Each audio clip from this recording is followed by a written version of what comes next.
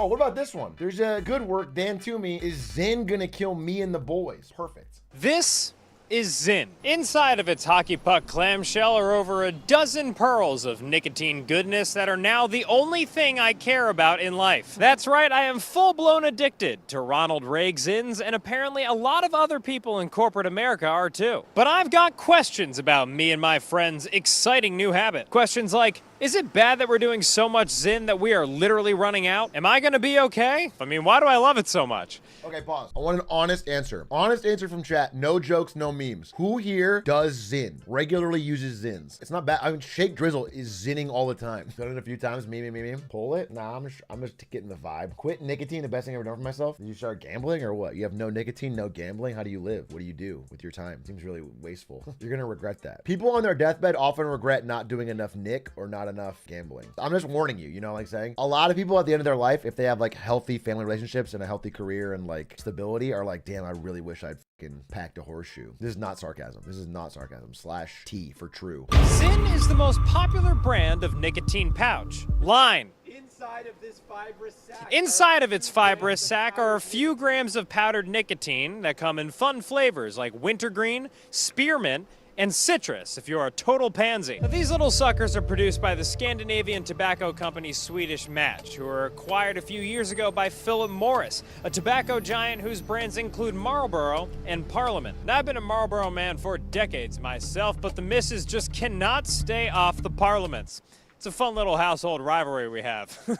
That bitch. Zyn has been on sale in the US since 2014, but its popularity has surged recently. US shipment volumes reached a record level of 560 million units this year, bolstered by a flood of jabrones who appear to have created their own language. Uppy Dicker, little Zimbabwe before the wedding. It's a Zinachino. Nothing like a chino midair, buddy. Jennifer Aniston's alright, guy? A little uppy decky, sweet taste of Zendaya. Hey, honey, did you say you had to go to Barnes and Noble later? Second Zin, third Zin, fourth. Holy shit, bro, I'm gonna be getting buzzing. And in addition to these horrifying broskies, many corporate office workers also count themselves as Zenthusiasts. And it's amongst these desk-hugging Excel monkeys that I first got hooked on the stuff.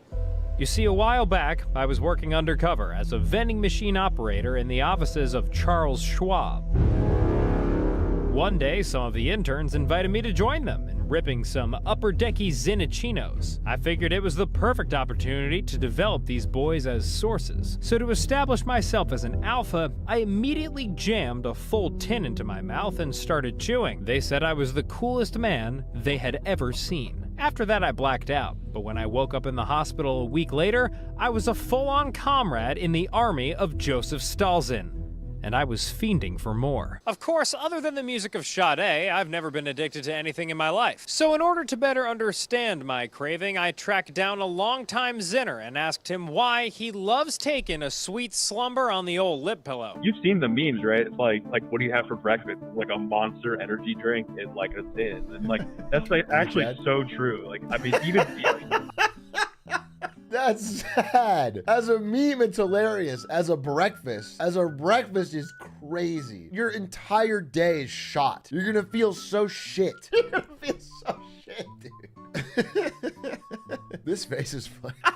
This face is funny, dude. This is a good emote. I'm willing to admit, like, the first thing I do when I wake up is I will pull out a Zin, go get a fucking, like, Celsius or coffee, and take my dog out, and then it's, like, behind the computer. Like, let's go. This man, it will shock none of you to learn, is named Hunter Chadwick. What a giga Chad. That's what human beings were meant to be doing on this earth. The moment we wake up, popping nicotine, caffeine, and then sitting down in front of a computer. That is how we were built. That's how we evolved, okay? It's the strongest and best way to do life. Hunter is a data scientist at the federal consulting company Booz Allen Hamilton. He's also a former platoon leader in the U.S. Army, where he first learned to love Zyn. I was getting out of the military, and I used to, like, do dip, like, normal dip.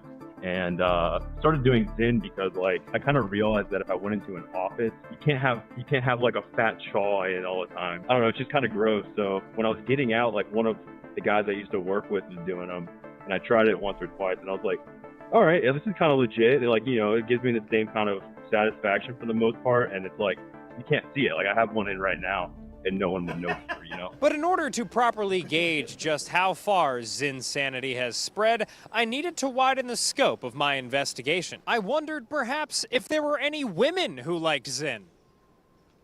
But then I got too nervous to ask any. So instead I found 2 other dudes who looked like they would give me a swirly, and I had them break down exactly what it feels like to respect the pouch. It's a head rush. It feels smooth.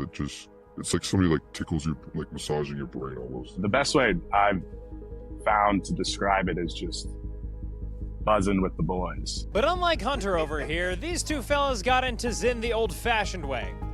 Vaping and peer pressure. I was a freshman in college, and my friend got a Juul for the first time. And then, me being a dumb 18-year-old, I knew no better. I was like, oh, wow, it feels so great. The Zin was like the smokeless alternative. Maybe like a year ago, I just threw out the vapes and started ripping those. So I, got on the vape for a couple of years, and then noticed, I played college sports, and then all of a sudden I was getting winded. It's not good for me. I'll go back to zinning. And then it just got expensive, and I felt like I wasn't getting anything out of it. I stopped zinning like 10 days ago or so, and I don't feel any like withdrawal symptoms or all the things that they like talk about.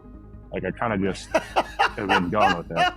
And while one might see Zin's rising popularity as a threat to the traditional tobacco industry, its growth has actually been a strategic move by its parent company, Philip Morris. What we're looking at doing is truly replacing our own cigarettes with new products. For adults who would otherwise continue to smoke, switching to a smoke-free product is a pragmatic option. And it turns out it's actually quite convenient to be manufacturing the replacement for your very own product. Zin now dominates 74% of U.S. market share for nicotine pouches, and as shipments to the U.S. continue to grow, Philip Morris's quarterly revenue reports have consistently beaten expectations. There's even a Zindemic shortage happening as we speak because U.S. factories can't keep up with rising demand. Now, all this anti-smoking jibber-jabber sounds like real progress, but it's tough to see how Philip Morris talks about Zin and trust that it's a good thing when this is how Philip Morris used to talk about cigarettes. It's true. The babies born from women who smoke are smaller, but they're just as healthy as the babies born from women who do not smoke.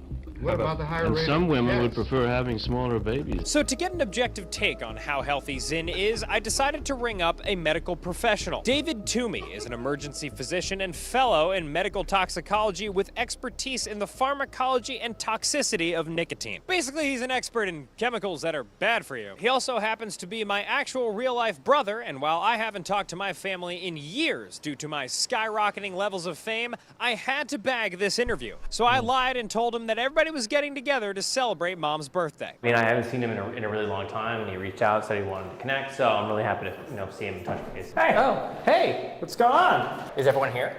Yeah, come on. We're gonna go, see everyone and hang out? No? Oh, no, okay. The cameras are on over here. The what?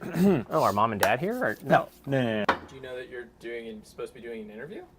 An interview? After some quality family time, I was ready to understand what was actually going on with Zin. I would say that the primary health risk associated with any type of nicotine product is fundamentally related to addiction. Are you busy? No, you have something else going on? It's a call from Mom. A call from Mom? Yeah, oh, okay. I'll just... Have you talked to Mom at all recently? Nope, I'm going to shut that off. You shut that right, okay, yeah.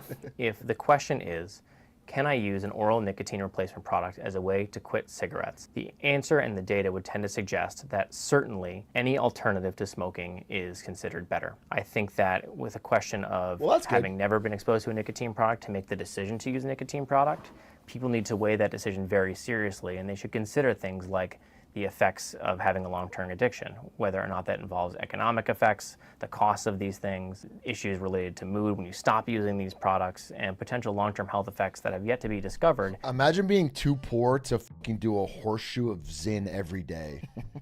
Imagine, dude. Insane. I'm laughing, dude. I'm chortling. Just don't eat.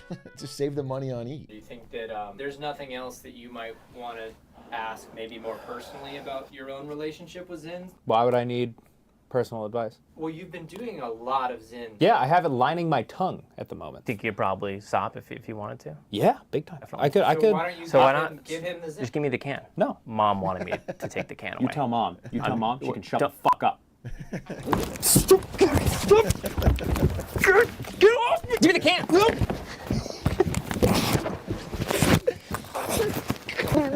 Are you done? Dan. It was then that I began to realize why I loved Zins so much. For all the money I'd spent on it, all of the gums that I've receded in my mouth, and all of the strange lingo I'd developed, at the end of the day, Zin was meant to bring people together. And if ever there was a place where forging bonds was desperately needed, it's the corporate office. That sterile, lifeless arena where strangers are herded in with each other every day to mingle and attempt to create shareholder value. If nothing else, maybe that's what poppin' a Zin is all about. Turning strangers into friends and getting a buzz on while you're at it. What's crazy is, like, to me, creating shareholder value is the greatest buzz there is. I don't know why you would need a drug. Sitting at a computer for 8-9 hours and just making money for my bosses is like, it's such a rush. I get a tingle just thinking about it. I don't know why I would need any type of, this is not sarcasm. This is dead honest, dude. There's no greater high. It's like if you're in the office and someone pulls out a tin, crack it open, it's like, oh, can I get one? You know? This might sound weird, but like corporate sanctioned degeneracy, like, you know, like you go to happy hour and it's like, we're so cool, like look at us, like as a team. And sure, does being a part of the Marvel Cinematic Universe lend itself to a crippling nicotine addiction? Probably. Like, I don't even know what the zenith of this is, to be honest with you. I mean, the next step I can think of is just IVing the nicotine straight into you at this point. Jesus Christ. But at least we have something in common in our office. It definitely be— Wait, that'd be the healthiest of all. That'd be the healthiest of all, right? There'd be no gum issues. You just have nicotine in your blood. Someone needs to invent this product and get Philip Morris to buy it for $15 billion. God, love Zin. Dan, we're here because we care about you. I don't have the can. We're here because we care about you. Yep, it was the summer of Zin, all right. 3 months of ripping pillies with the best group of boys I could ask for. That's funny. Joe Rogan answers a single question, it's 15 hours. But deep down, I knew it wouldn't last forever. Hunter went on to leave his job at Booz Allen to become a pacifist monk in Tibet. Anthony, well, he eventually created his own startup that makes a cigarette you can smoke through your nose. I tried it, and it's awful. Anonymous guy is still anonymous. Not sure who that was. David gave up on trying to have a relationship with me. My sister said he'll talk when I'm ready to apologize, but I don't know what for. And me, I'm still out there, reporting the news. Some things never change, I guess. Bravo. That was good. Good job, Dan Toomey, and good work, team. Although, I don't know what I learned. I don't know what I learned at the end of it. But yeah, it was more of a skit than like a breakdown on Zins, but it was funny. 2025 update. Zin is still doing incredibly well, already having sold 200 million cans in Q1 of 2025, which is a 50% increase from last year. But it's not all sunshine and rainbows for Philip Morris. They're still dealing with Zin shortages across the country, which they're planning to fix by investing almost $1 billion into new factories. But this new demand has to come from somewhere, and studies show that teen usage of Zins nearly doubled last year, which has caused lawmakers to push for increased regulation. That, combined with increased competition from other nicotine pouches like On and Velo, might cause trouble in Zin's future.